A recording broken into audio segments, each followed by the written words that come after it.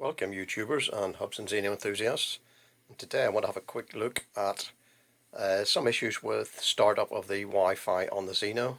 There are 2 points to this video really. One is a simple way to set your channel without having to go into your app.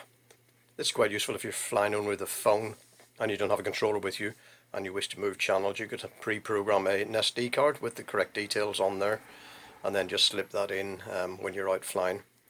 But it also has fixed some people's problems where there is no Wi-Fi signal detected.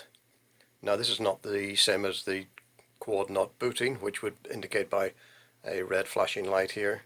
It may fix that, I'm not sure, because I can't replicate this fault that other people are seeing at all.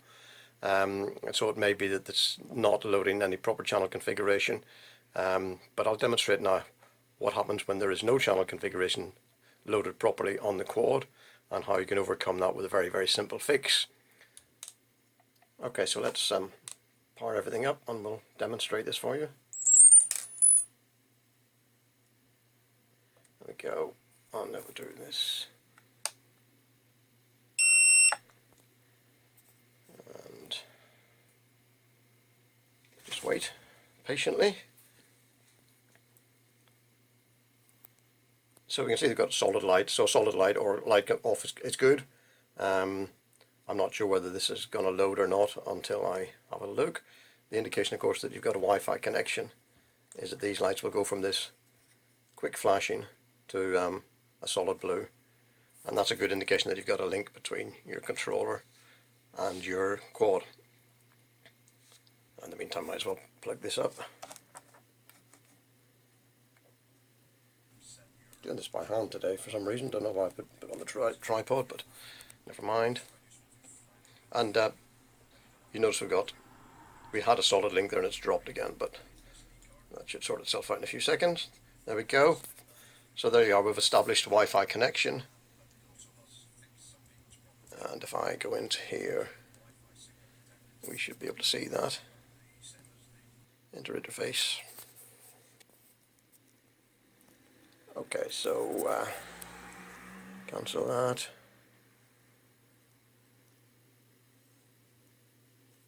Controller. Wi-Fi channel settings. And you see we're on channel 153 and we've got a good lock on there. And if we go, sorry, go back to that. If we go to this screen, which you don't normally go to, but just to show you anyway that the Hubsan Zino there shows up on the screen. Okay, so now I'm going to modify this quad so that it doesn't produce any Wi-Fi signal.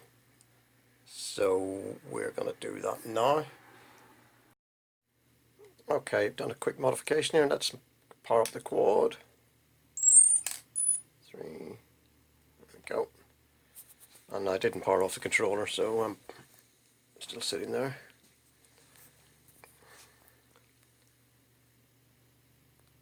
So I've got solid red light on the SD card, which is good. Got slow flashing, which means it's still initiating. There's the quick flashing now, which means it's trying to establish a Wi-Fi connection.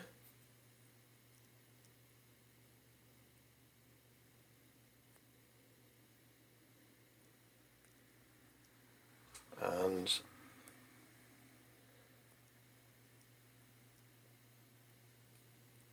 it's not doing anything. Now if I go back to my app here, you'll see no Wi-Fi in any of those upper channels. Those are just the local ones here. Normally you would see it start at 149 is the default channel, but it's not. There's no Zino anywhere to be seen, and that's been flashing away merrily for some time. There's no indication that there's anything wrong, that's booted okay. So this is the scenario that quite a few people are having, and I've fixed this for many individuals by doing this little trick. So what I'm going to do is just to prove that that's not working, I'll hook this phone up to my controller just so we can interrogate through the app. Okay, so that's the phone hooked up. You can see you've got aircraft disconnected, controllers connected, okay. Go to settings, controller, set the connection.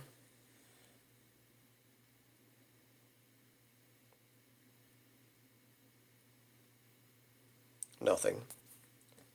No Wi-Fi. And that's because it's still not initiated. Okay, so now I'm going to fix this, and how we do that is I'm going to put a file on this SD card. So that's the SD card. I'm going to plonk it in my computer, and I'm going to show you how I can fix this.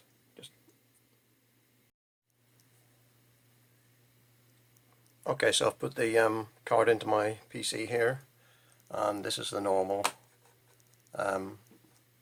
files you see. I've also got a donor information video on there, but all I'm going to do is right click in here, do new, I'm going to do a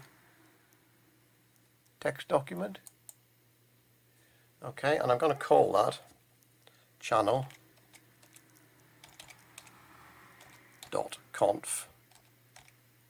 C-O-N-F, okay, and delete the .text bit. Okay, I'll say yes to that. I really do want to call it that. Okay, and then I'm going to go in there and I'm going to edit it, and all I'm going to put in here is a channel number, and this can be any of the valid channel numbers, which I'll put a quick screenshot on here, and I'm going to pick let me see, channel 149. Okay, that's all we need to do. Just save that, and that's it done.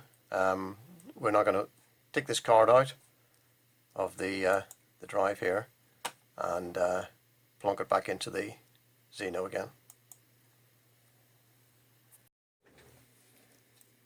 Okay, so here we have the card with the channel.conf, and the channel is 149, and I'm going to put it back in here again. I'll power the quad off. Everything else is still powered up. Aircraft disconnected, 4 lights on here.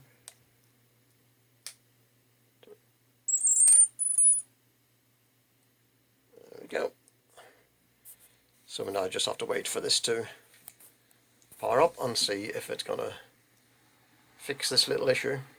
Now, as I said earlier, this has fixed the issue for several people who have powered on their quads to find no Wi-Fi signal and it being stuck in this situation. This is also very useful.